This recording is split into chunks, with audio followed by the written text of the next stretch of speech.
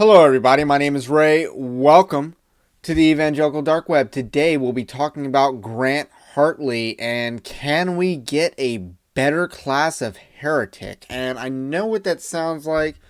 It sounds like I want worse heretics than what we're already dealing with to roam the earth, and that's not necessarily what I'm saying. What I'm saying is I really don't want to lose to these people on a temporal level. I obviously know that God will win in the end. These people will suffer for the pain that they've inflicted on Christ's bride and their own actions. They will pay the consequences for unless they repent and are regenerated by Jesus Christ.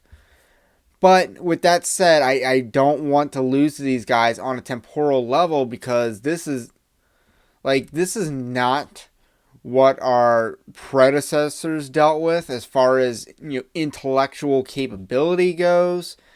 This is just so dumb, and I don't want to lose to these people on a temporal level. And this is what I'm talking about right here.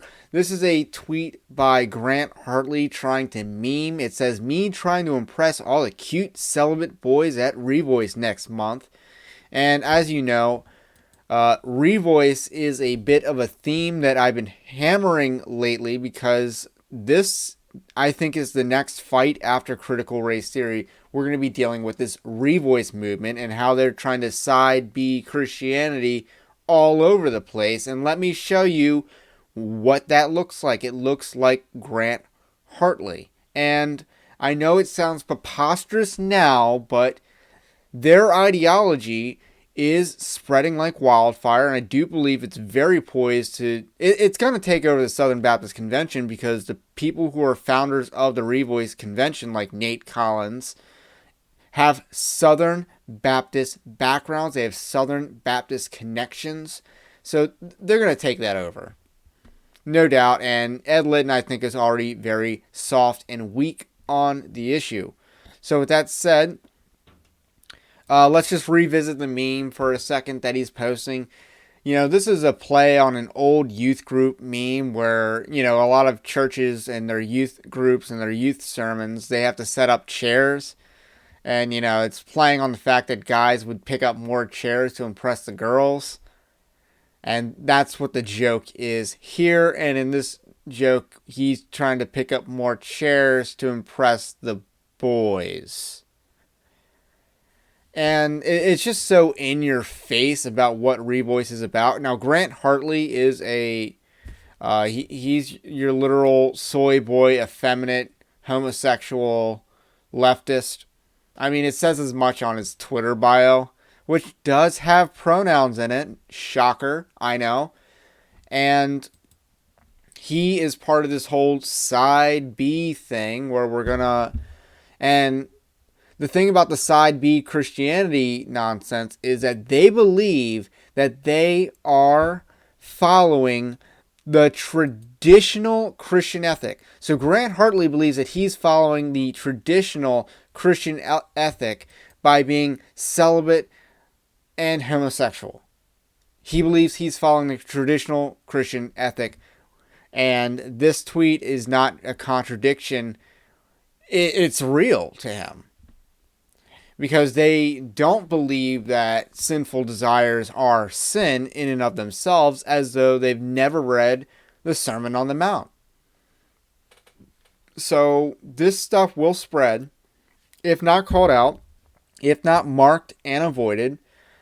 This stuff will spread. And Grant Hartley is not... This is not a straw man. This is not a straw man. I'm not singling out this example because Grant Hartley was a speaker of Revoice, multiple times, I believe. He's not slated for 2021 as far as I know, coming up next month. He's not listed on their website, but they do have more speakers than the ones that are listed on their website, according to their website. Maybe Grant Hartley is one of those voices.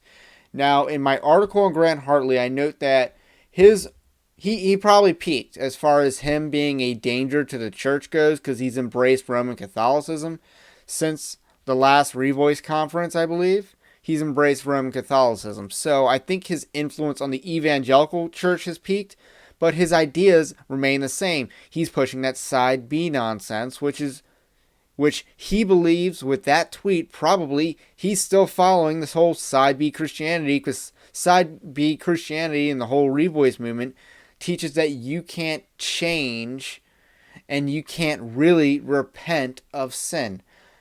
It redefines what sin is to not include sinful desires, like the ones he is so flippantly joking about here. And this is just, it's pathetic that this guy right here, Grant Hartley, the Grant Hartleys of the world, are invading the church, and no one is really calling this out. No one.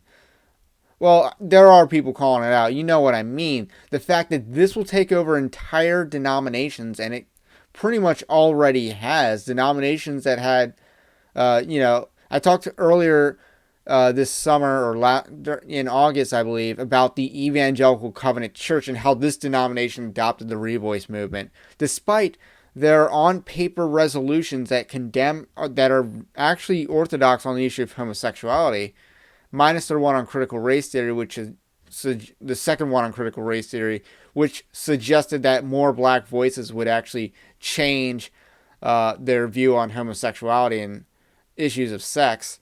But I digress.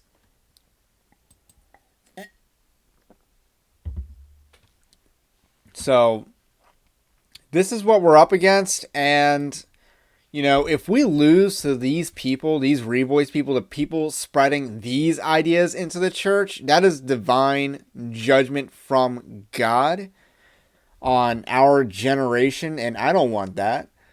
It is our duty to drive this ideology out of the church, and that's what we need to be doing. Let's not be an embarrassment in church history and lose to this nonsense. And I just want to kind of motivate you all today with this video. That's all I got to say about that. My name is Ray. This is the Evangelical Dark Web. And if you like this kind of content, subscribe to the channel also. And if you really like the Evangelical Dark Web, you can become a subscriber over at evangelicaldarkweb.org/join. And you can support the Evangelical Dark Web in that way as well. Have a blessed day, and I will catch you on the next one.